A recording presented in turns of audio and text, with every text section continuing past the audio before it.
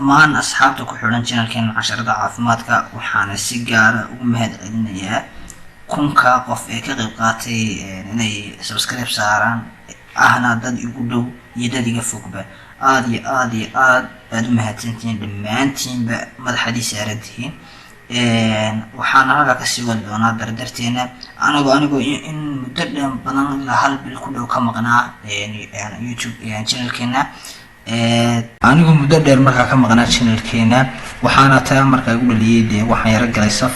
safarkaas markaa aan ku hamsaamay markaa aad iyo aad bantaanidi ka raaligelin hadaatiin dee asxaabta mar walba igu xidhan ee jecel wanaagayga iyo inaan horumar gaadho waan kala faa'iideysan doonaa idinkuna waxbaad noo iisoo faa'iideyn doontaan aniguna waxbaad ii faa'iideyn doonaa marka insha Allah waan kala faa'iideysan doonaa waxaana dee maanta farxad ii ah inaan maanta dee kun xidho iyadoo muddo laga joogo 5 months inkastoo ay yara dheer tahay dee aniga cidna garab igu maysin oo ma odhan xilifu maanta keenan ku sheer garay cidna u sheer ma weydiisan waxaan soo gelin baad ka hesheen saas baad markaa subscribe u saarteen madaxadii saaranteen dhammaantiinba waxaan idin leeyahay thank you